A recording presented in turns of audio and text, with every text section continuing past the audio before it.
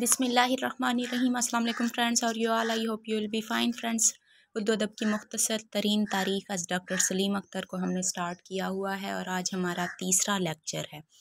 Page number 30 तक हमने इसे पढ़ा था, जहाँ ये दर्द का शेर लिखा हुआ है। अपने नज़दीक बाग में तुझ बिन जो शजर है सो नखले मातम है।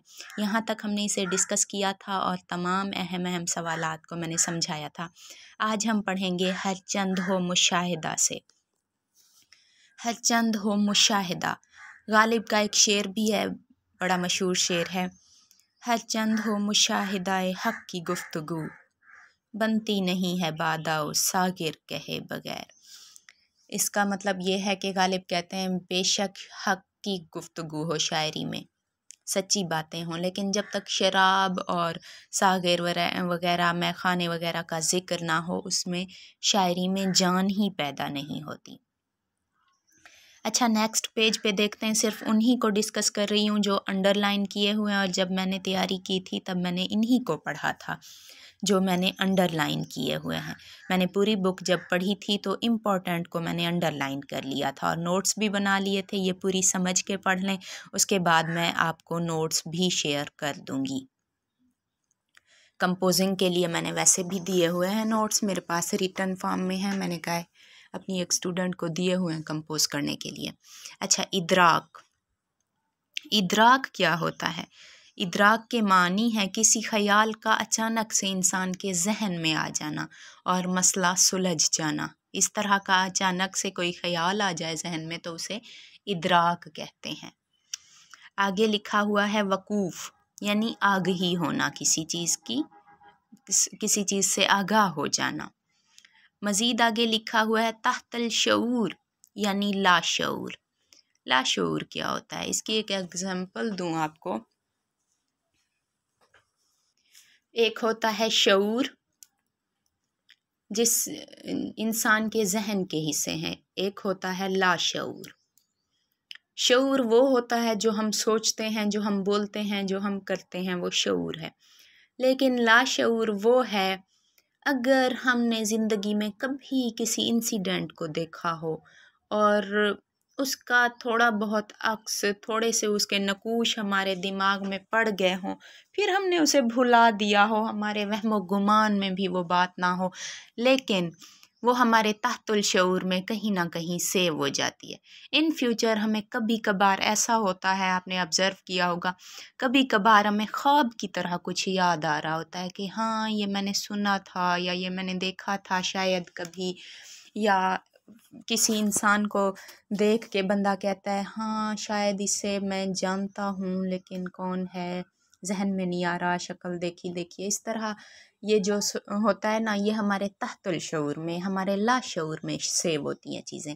इसकी एग्जांपल दूँ आपको, मिसाल के तौर पे समंदर या किसी भी पानी में बर्फ़ का एक तोदा तैर रहा है, बर्फ़ का एक बड़ा सा टुकड़ा या छोटा सा टुकड़ा तैर रहा है। वो जो बर्फ़ का टुकड़ा तैर रहा है उसका कुछ हिस्सा पानी के अंदर होगा, कुछ हिस्सा पानी के ऊपर होगा। जो हिस्सा पानी के ऊपर है वो है लाशऊर, और जो पानी के अंदर है, अयां नहीं है, पोशीदा है, जिसकी कोई खबर ही नहीं है, वो है लाशऊर, जो कभी अयां हो सकता है। अच्छा जी, नेक्स्ट देखें, आगे लफ्ज़ लिखा हुआ है बाज़ आफरीनी। इसका मतलब होता है दोबारा किसी चीज़ को वजूद में लाना। नेक्स्ट है हमारे पास अंडरलाइन किया हुआ है शायरी में मुशाहिदा अमूमन जिन दो सूरतों में इजहार पाता है इन्हें दूरबीनी या खुर्दबीनी कहते हैं। दूरबीनी जिसे इंग्लिश में कहते हैं लॉन्ग शॉट या दूरबीनी, इसका मतलब होता है दूर दूर तक सोचना, वसी सोचना। और खुर्दबीनी का मतलब होता है इंतहाई बारीकी से सोचना।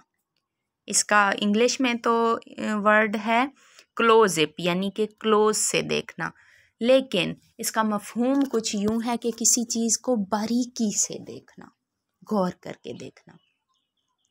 इसकी एग्जाम्पल भी दी हुई है, एग्जाम्पल के साथ आपको समझाती हूँ। हाँ जी, आगे इस्तिलाहात में लॉन्ग शॉट और क्लोज़अप लिखा हुआ भी है।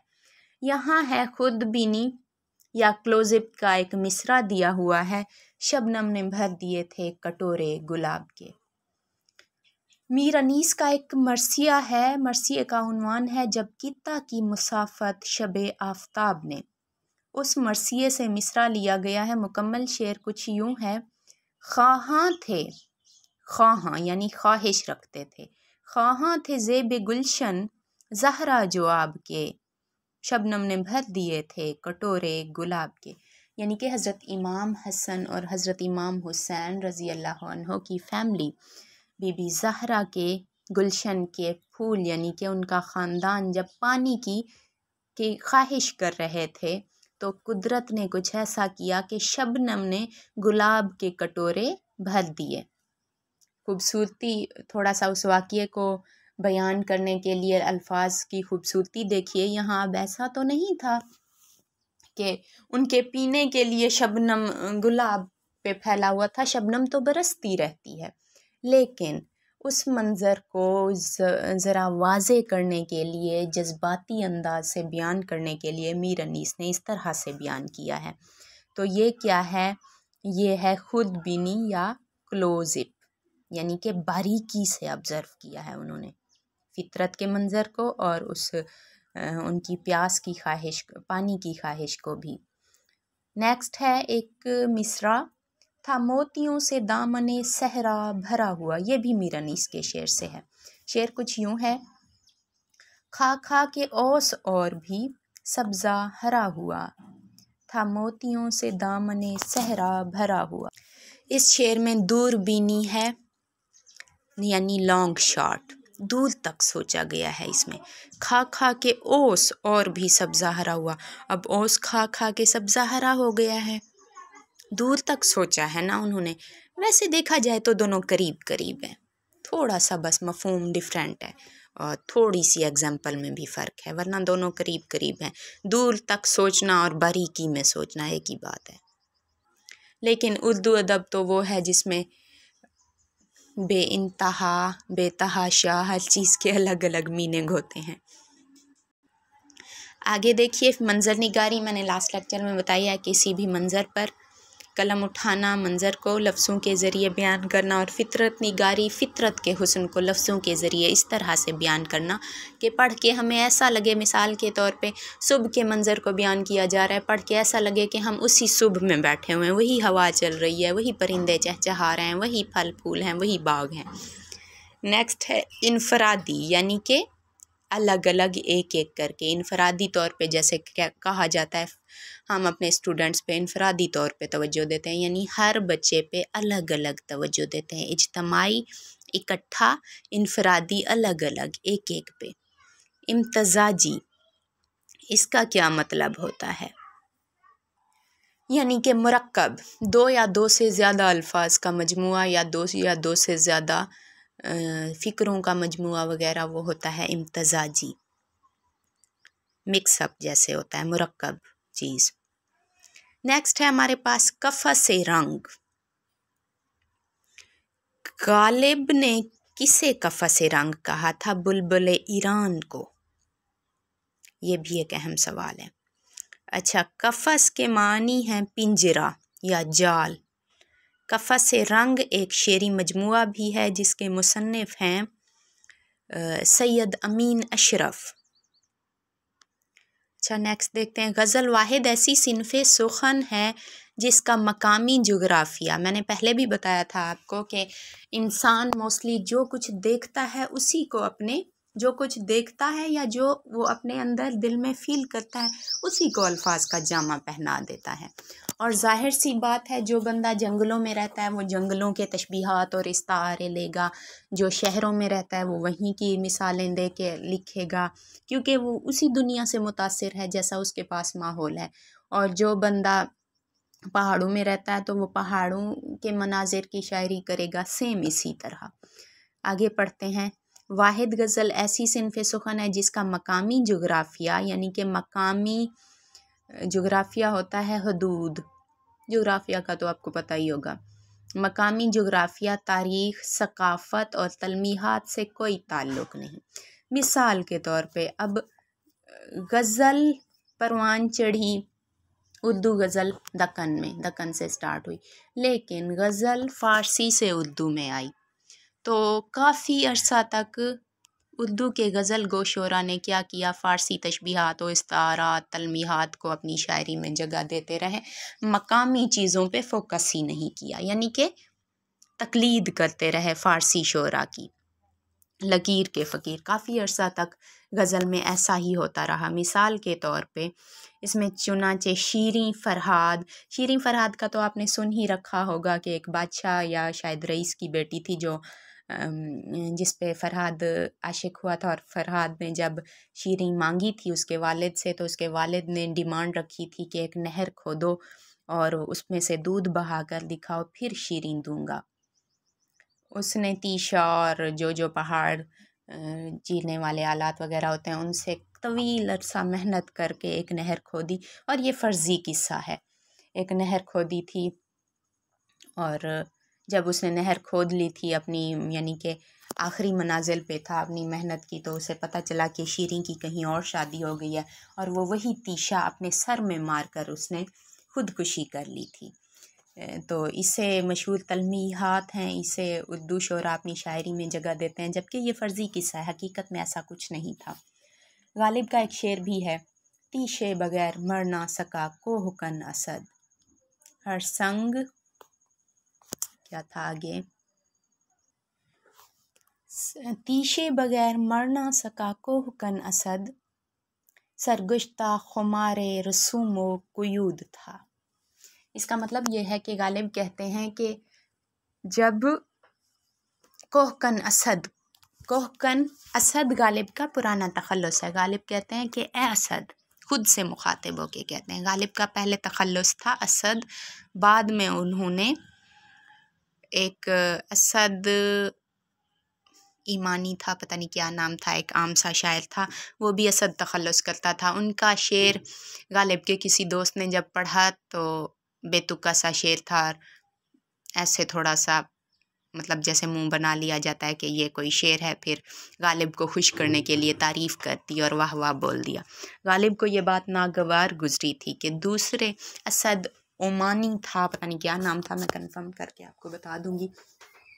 तो उसकी बेतुकी शायरी जब गालिब से मंसूब की जाने लगी तो गालिब ने अपना तखल्लुस ही चेंज कर लिया था असद से। पहले गालिब असद तखल्लुस करते थे, और लास्ट ईयर इंटरव्यू में कई बार पूछा गया है कि गालिब पहले कौन सा तखल्लुस करते थे, असद, और गालिब के असद तखल्लुस पर कोई शेर सुनाए। गालिब ने कहा था, तीशे बगैर मर ना सका कोहकन असद। कोहकन वही फ़रहाद जो पहाड़ों में काम करता था, पहाड़ों में रहने वाले कोहकन ही होते हैं। ए असद, वो कोहकन तीशे बगैर ना मर सका, क्योंकि पहाड़ों में रहता था, तीशे ही उसके औजार थे, तीशे के बगैर ना मर सका। सरगुश्ता खुमारे रसूमो कयूद था, यानी जब उसने अपने सर में तीशा मार कर ख़ुद को मार दिया तो उसने रस्म अदा कर दी। जहाँ रहता था उन्हीं औजारों से मरा, उसे कोई इश्क नहीं था। यहाँ गालिब कहना चाहते हैं कि उसे कोई इश्क नहीं था शीरीं से।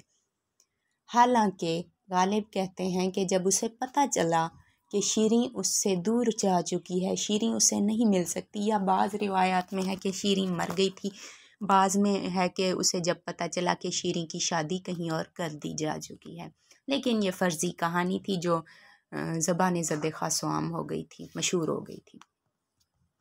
तो उसने, गालिब कहते हैं, उसे चाहिए था कि वो एक सर्द आह लेता और इश्क की जुदाई की तड़प में मर जाता, लेकिन उसे तो इश्क था ही नहीं। उसने तो रस्म अदा की और ख़ुदकुशी के ज़रिए मरा और तीशा ही सर में मारा। यहाँ ये मज़मून बांधते हैं गालिब। अच्छा जी, हम जो डिस्कस कर रहे थे उस मेन नुक्ते पे वापस आते हैं। खुसरो, अमीर खुसरो की बात नहीं हो रही, यहाँ हो भी सकती है, लेकिन वो खुसरो जो शाह ईरान था, जिसने रसूलुल्लाह सल्लल्लाहु अलैहि वसल्लम का नामा मुबारक चाक कर दिया था, उस खुसरो को भी उर्दू गज़ल में ज़ालिम वगैरह की, उसमें जैसे कहते हैं कि महबूब ज़ालिम है, या इस तरह की इस्तारे के तौर पे, तशबीहात के तौर पे इस्तेमाल किया जाता है। मानी कौन था? मानी मत एक मज़हब होता था, बाद में इसका नाम मानी मत से मानवियत बन गया था। उस मज़हब का बानी था, एक ईरानी था ये, और ये 3री सदी का इंसान था। और मानवियत नामी मज़हब में ये कहा करता था कि ज़रतिश्त भी एक मज़हब था, और उसके बानी ज़रतिश्त थे मेरे ख़्याल में। मैंने उस पर लेक्चर दिया था बहुत पहले, अब मेरे जहन में नहीं आ रहा। बाद में इकबाल की शायरी में ज़रतिश्त का ज़िक्र आता है तो उस पर डिटेल से फिर पढ़ा दूँगी। ज़रतिश्त, गौतम बुद्ध और ईसा अलैहिस्सलाम ये तीनों पैगंबर थे। कौन कहता था? मानी। ये तीनों पैगंबर थे, और इन तीनों की तालीमात का जो निचोड़ था वो मानवियत मज़हब इसने ईजाद किया था। कि इन तीनों पैगंबरों की खुदा न खास्ता, हज़रत ईसा अलैहिस्सलाम तो थे पैगंबर, इसमें कोई शक की बात नहीं है, लेकिन ये ज़रतिश्त और गौतम बुद्ध को भी पैगंबर मानता था, और इन तीनों की तालीमात का निचोड़ निकाल के इसने कहा था कि जो मानवियत मज़हब है इन तीनों पैगंबरों की तालीमात का निचोड़ है। तो उस मज़हब का ये बानी था, और इसने नबूवत का दावा भी किया था। खबीस ने इसने कहा था कि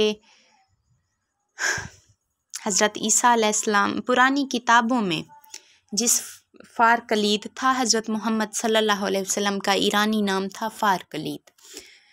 पुरानी किताबों में ईरानी था ना, ईरानी कहते थे कोई फ़ारकलीद आएगा आखिरी नबी, तो ये कहता था कि तौरात इंजील में जिस फ़ारकलीद का ज़िक्र है वही फ़ारकलीद मैं ही हूँ।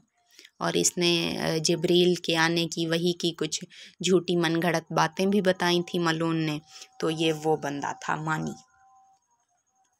अच्छा जी, अज़ान हो जाए, मैं स्किप कर रही हूँ, उसके बाद बताती हूँ, आगे डिटेल से समझाती हूँ। अच्छा जी, नेक्स्ट है हमारे पास यहाँ ज़िक्र behzad का। ये कौन था? ये था ईरान का एक बाकमाल मुसव्विर। इसका पूरा नाम था कमालुद्दीन behzad, और इस महबूब की शक्ल, महबूब की वजाहत, महबूब के हुस्न की तस्वीर को behzad की मुसव्वरी से तशबीह या इस्तारे के तौर पे मिलाया जाता है उर्दू शायरी में। आगे देखते हैं, नरगिस और बुलबुल का हवाले से उर्दू गज़ल का कम अज़ कम निस्फ़ कारोबार इश्क चलता है नरगिस और बुलबुल के हवाले से। वो बुलबुल जिसे गालिब ने कफ़स रंग कहा था, वो ईरान का खूबसूरत बुलबुल है, ईरान की खूबसूरत बुलबुल। हमारे हिंदुस्तान या पाकिस्तान में जो ये आ जाती हैं छोटी छोटी, इनको नहीं कहा था। वो ईरान में खूबसूरत किस्म की बुलबुल पाई जाती है, उसको गालिब ने कफ़स रंग कहा था।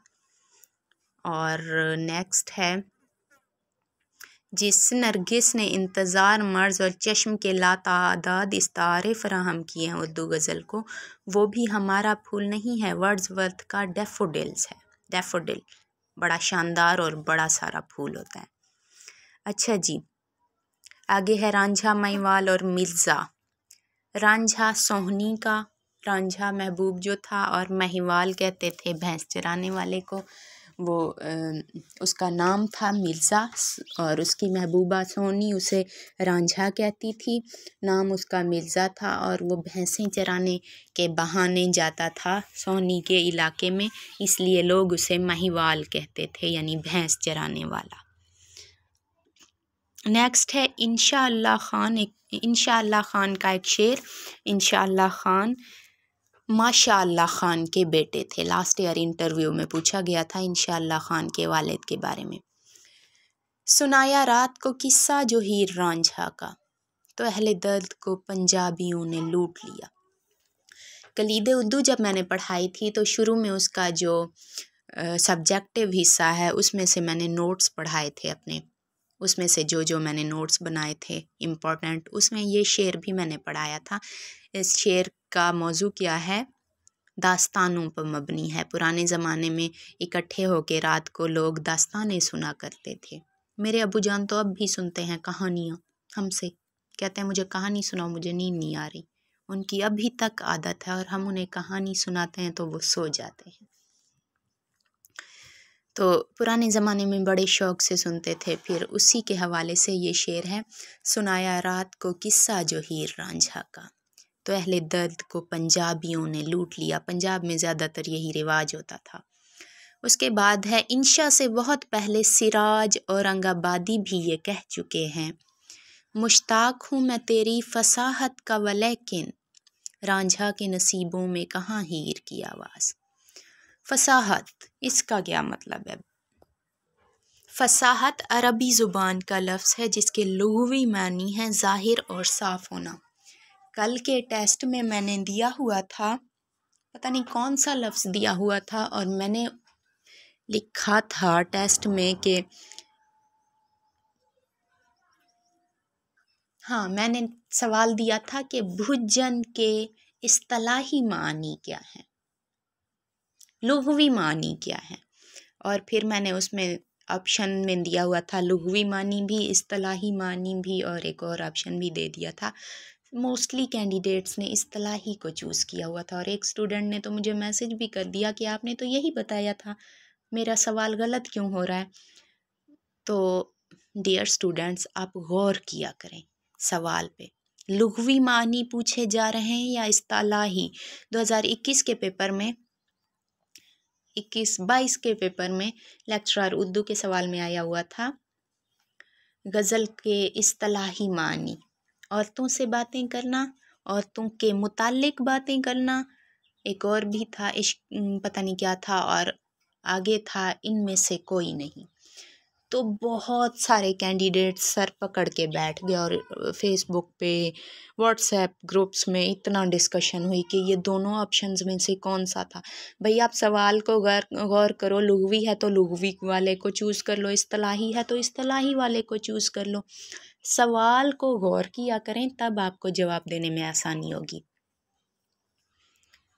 अच्छा, फसाहत, फसाहत अरबी ज़ुबान का लफ्ज़ है, इसके लुग़वी मानी है ज़ाहिर और साफ़ होना। इसका इस्तिलाही मफ़हूम है कलाम में अल्फाज और मुहावरे वगैरह की अदायगी मुस्तनद अहले ज़ुबान की पैरवी में करना, यानी इस तरह से अल्फाज और मुहावरे इस्तेमाल करना कि वो बिल्कुल एक मुनासिब अंदाज से हों, पढ़ने वाला मसरूर हो, इस तरह से बयान करना, इसे कहा जाता है फसाहत। आगे है, नज़ीर अकबर आबादी ने कुकड़ी की तारीफ़ की है। कुकड़ी एक तरकारी होती है खाने वाली, लंबी सी होती है, खीरे जैसे होते हैं ना, उस टाइप का टेस्ट होता है। अब उसे आप लोग पता नहीं अपनी लैंग्वेज में क्या कहते हों, वो टेढ़ी मेढ़ी होती है। ग्रुप में मैं उसकी पिक्चर भी भेजती हूँ, आपको अंदाज़ा हो जाएगा। उसकी तारीफ़ में ये शेर है, टेढ़ी है सो तू टेढ़ी है सो तो चौड़ी वो, हीर की हरी है, सीधी है सो वो यारो रांझा की बांसुरी है। रांझा की बांसुरी से भी उसे तशबीह दी जा रही है। अच्छा जी, नेक्स्ट देखते हैं हम राधा कृष्ण।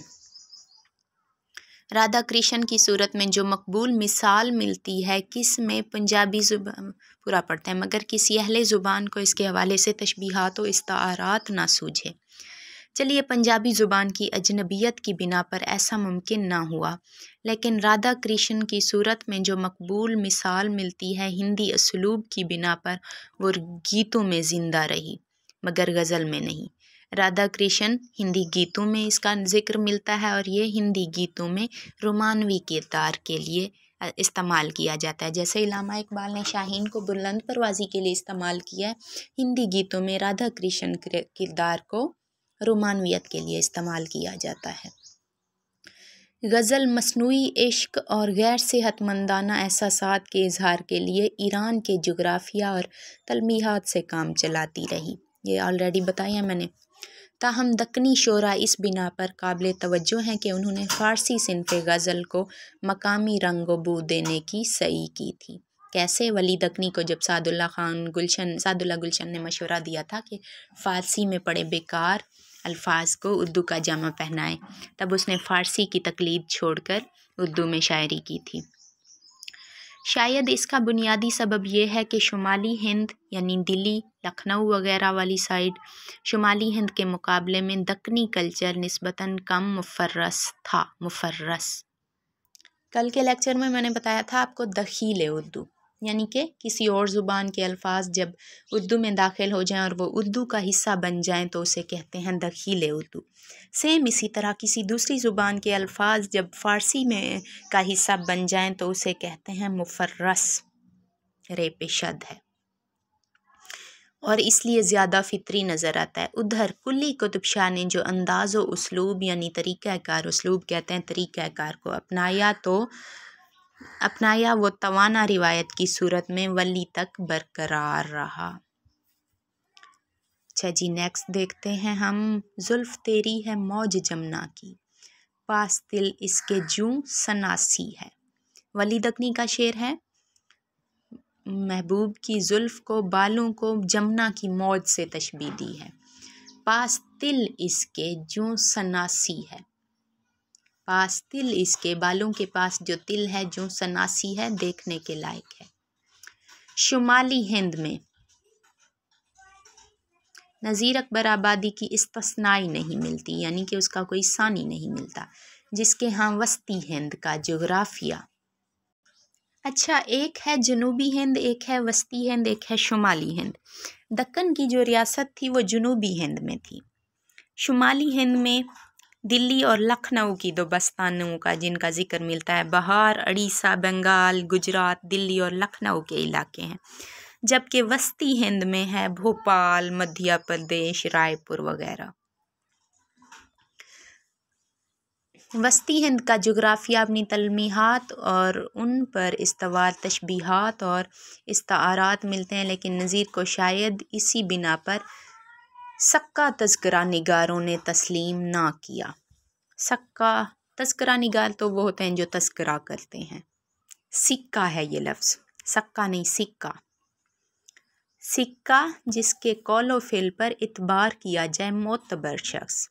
सिक्का तज़किरा निगार, मोतबर तज़किरा निगार, काबिल एतमाद। उन्होंने नज़ीर को कबूल नहीं किया था कि ये शायर है। वो कहते थे कि ये आम बातें, अल्फाज को अपनी आम तशबीहात और इस्तारात इस्तेमाल करता है, जैसे अब कन खजूरों का जिक्र था, आम चीज़ों का जिक्र करता है। ये कोई शायरी, ये किसी शायर के शायान शान नहीं है ये अल्फाज, इसलिए उसे तस्लीम नहीं किया था।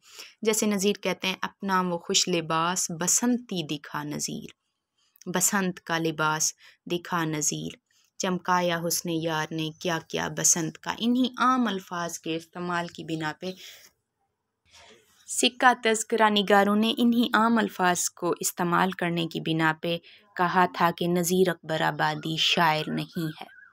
यहाँ तक आई होप क्लियर हो गया होगा। नेक्स्ट इंशाल्लाह कल की असाइनमेंट में पढ़ेंगे। दुआ में याद रखिएगा। Thank you so much. Take care. अल्लाह हाफिज़।